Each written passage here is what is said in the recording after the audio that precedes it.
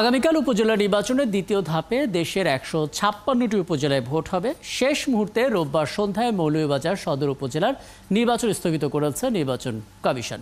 নির্বাচনী কেন্দ্রগুলোতে ballot box পাঠানো শুরু হয়েছে। রিটার্নিং অফিসার জানান, সবগুলো নির্বাচনী কেন্দ্রে ব্যালট বক্স দুপুরের মধ্যে পৌঁছে গেছে। এছাড়া কেন্দ্রগুলোতে নিরাপত্তা বাহিনীর সদস্যদের ইতোমধ্যে মোতায়েন হয়েছে বলেও জানায় উপজেলা প্রশাসন। এই ষষ্ঠ উপজেলা পরিষদের নির্বাচনের দ্বিতীয় ধাপ যেটি হবে আগামীকাল, সেখানে কিন্তু ভোটের প্রচারণা সহ সব কিছুই গতকাল শেষ হয়েছে। এখন কেবল ভোট নেওয়ার প্রস্তুতি। আমরা একটু জানার চেষ্টা করি, প্রতিনিধি বা আছে ভোট দেবেন এবার ৩,৫২,০০,০০০ বেশি ভোটার। সাভার আর কুমিল্লা থেকে সহকর্মী আশরাফ সিজিল এবং এনামুল হক থাকছেন। দুজনকে আমন্ত্রণ জানাচ্ছি। আশরাফ সিজিল, একটু বলবেন উপজেলা নির্বাচনের জন্য সাভার কতটা প্রস্তুত? আগের দফাগুলো নির্বাচনে আমরা দেখেছি ভোটার উপস্থিতি একটা হতাশার জন্ম দিয়েছিল। এবারে সাভার নির্বাচনে কতটা উৎসাহ দেখছেন মানুষের?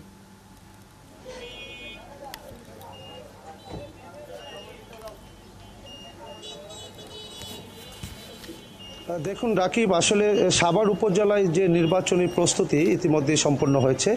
আমি এই মুহূর্তে একটি কেন্দ্রের সামনে রয়েছি। রাকিব, মোটা দাগে বলতে গেলে এখানে কিন্তু উপজেলা চেয়ারম্যান পদে মঞ্জুর আলম রাজীব, তিনি কিন্তু বিনা প্রতিদ্বন্দ্বিতায় নির্বাচিত হয়ে গেছেন। পাশাপাশি ভোটের লড়াইটা হচ্ছে ভাইস চেয়ারম্যান এবং নারী ভাইস চেয়ারম্যান পদে, অর্থাৎ ভাইস চেয়ারম্যান পদে রয়েছেন ৩ জন এবং নারী ভাইস চেয়ারম্যান পদে রয়েছেন ৩ জন। এই ভাইস চেয়ারম্যান পদের পছন্দের প্রার্থীদেরকে ভোট দেওয়ার জন্য কিন্তু ভোটাররা আগ্রহ প্রকাশ করেছেন এবং আমার বেশ কয়েকজন ভোটারের সাথে কথা হয়েছে। আপনি জানেন যে এই শিল্প অধ্যুষিত এলাকা, এই শিল্প অধ্যুষিত এলাকায় অসংখ্য ভোটার রয়েছে, বিভিন্ন কারখানার শ্রমিকরা।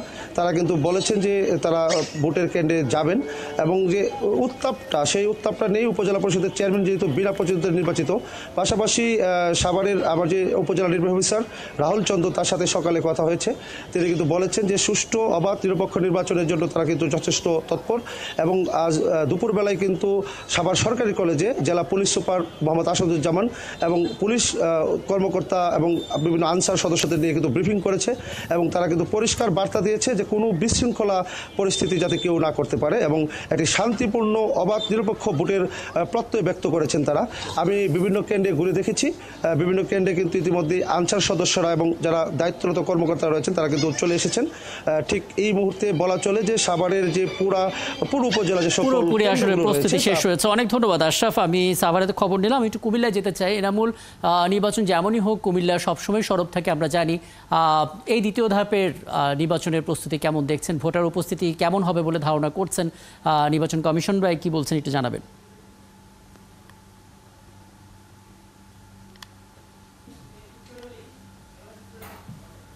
তাকে মূলত হচ্ছে কুমিল্লায় দুটি উপজেলায় কিন্তু নির্বাচন হচ্ছে, কুমিল্লা বরুড়া উপজেলা এবং সদর দক্ষিণ উপজেলা। সদর দক্ষিণ উপজেলা হচ্ছে কুমিল্লা সিটি কর্পোরেশনের লাগোয়া, সদর লাগোয়া যে উপজেলাটি, সেটি কিন্তু শুরু থেকে কিন্তু এই উপজেলায় উত্তাপ ছড়াচ্ছে এবং 4 জন প্রার্থী চেয়ারম্যান পর্যন্ত, তার মধ্যে 3 জন প্রার্থী কিন্তু নির্বাচন নিয়ে সংশয় বলছেন এবং সেই সাথে ভোটাররাও কিন্তু আতঙ্কগ্রস্ত। তার কারণে ভোটাররা চায় যে একটি সুষ্ঠু অবাধ নিরপেক্ষ নির্বাচন হলে তাদের ভোটাধিকার তারা প্রয়োগ করতে চায়। তবে প্রশাসনও বদ্ধপরিকর।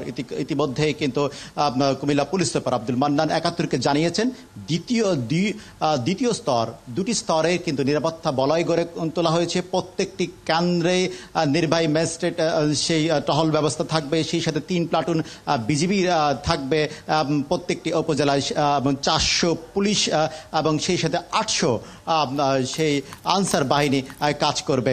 কুমিল্লা সদর দক্ষিণ উপজেলায় 16 জন ম্যাজিস্ট্রেট প্রত্যেকটি 55টি কেন্দ্রে তারা টহল ব্যবস্থা তারা আশ্বস্ত করতে চাচ্ছে ভোটাররা একটু নির্বিঘ্নে যেন ভোট দিতে পারে। তো ভোটারদের মধ্যে একটি সংশয় কাজ করছে। তার কারণ হচ্ছে সদর উপজেলা লাগোয়া হচ্ছে সদর দক্ষিণ, সেই সাথে তারা কিন্তু চায় ভোটাধিকার যদি প্রয়োগ করতে পারে তাহলে প্রার্থীরা বলছেন রেজাল্ট হবে একরকম। তার জন্য তারা কিন্তু একজন উৎসবমুখর প্রচারণায় কিন্তু প্রচার চালিয়েছেন।